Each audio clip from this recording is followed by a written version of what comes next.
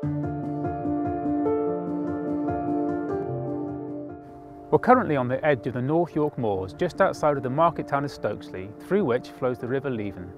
The river, which has in the past flooded parts of the town, flows down from the moors through the town where, after a few hundred metres, it is joined by the Alleviation before eventually flowing into the River Tees downstream of Yarm. The structures that were here previously were basically at the end of their life. The scheme was built in the mid to late 70s and the structures were starting to show some signs of deterioration and they needed replacement. It then developed into a project whereby we would upgrade the two existing structures at each end of the town and make sure it was all working as well as it could. We appointed two of our framework suppliers, Mott MacDonald and Bam Nuttall, who formed a joint venture to design and build a £3.8 million scheme primarily to upgrade structures which control the flow of the river and will give better protection to over 500 properties in Stokesley for the next 50 years. The new structures will help better protect these properties from a 1 in 75 year flood event.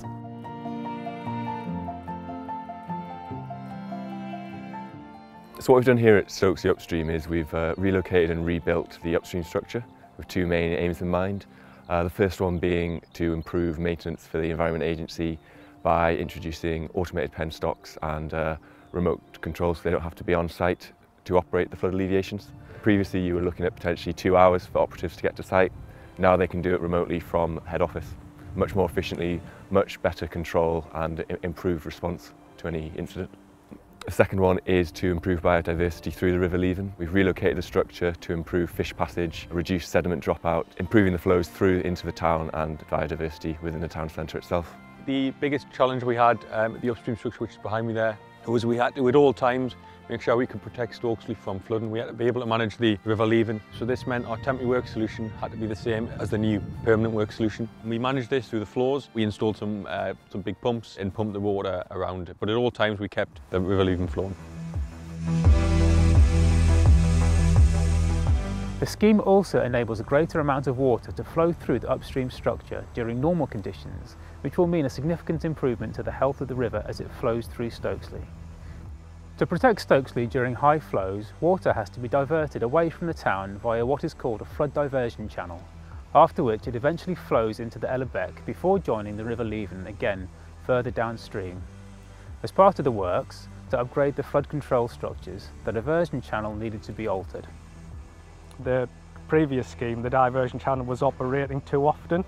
So we had it sort of wet. Even in times of sort of dry spells, that channel was still wet. So the purpose of the new scheme as well is to try and sort of rebalance those flows, to try and send more flow through Stokesley in a controlled manner and keep the diversion channel drier, because that then allows us to do our maintenance more effectively. Unfortunately, we had to remove a total of 90 trees as part of the scheme. However, we made a commitment to replace these at a rate of 5 to 1, so ended up planting a total of 450 trees, some of which we did at the local secondary school, where we also got the opportunity to speak with students about the works we had been carrying out. We were also able to work with Tees River Trust to make enhancements to the river itself as it flows through the town. The project that's been going on here is we've been looking at undertaking some habitat improvement works. We've put some flow deflectors that you can probably see behind me in the river, just to try and speed the flow up a little bit. We've actually introduced a lot of gravel back into the bed of the river. Further downstream, we installed fish passes on weirs where passage of fish species was very hard and awkward. We've incorporated some more reed planting just to green areas up.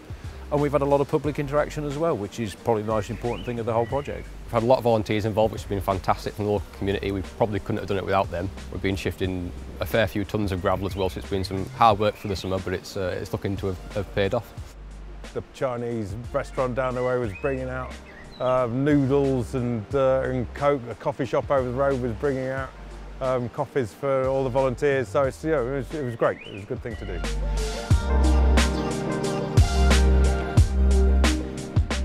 Where the River Leven and Alleviation meet downstream of the town, there's another structure down there, which is the downstream control structure. The purpose of that structure is to prevent backflow from Alleviation back up. We originally had flat valves on the control structure which were hinged at the top and went up and down to allow flow through, but wouldn't let flow in the other direction. like a non-return valve essentially. We've changed those now to traditional swinging doors to allow fish and the gravels and silts from the river to transport naturally through. Traditional flood alleviation schemes are maybe over-engineered, so we're trying to take it back a step and make it a little bit more working with nature rather than against nature. Side-hung doors should, in theory, reduce sediment dropout, allowing less maintenance to the Environment Agency and better flows through the structure itself. I was really pleased with the project team in terms of how everyone pulled together at the height of the first lockdown in 2020 to keep the project going. We managed to mobilise to site whilst socially distancing. We quickly adapted to new ways of working, holding progress meetings virtually and approving drawings online. The team on site took really well to the new reality and were able to provide facilities and adapt working methods in order to comply with continually changing requirements. And we've got to remember that we can't take these defences for granted. We can't be complacent with the maintenance of them, so we need to make sure they work properly, we look after them, and we'll carry on protecting Stokesley for the next 50 years as we have done for the last 40 years successfully.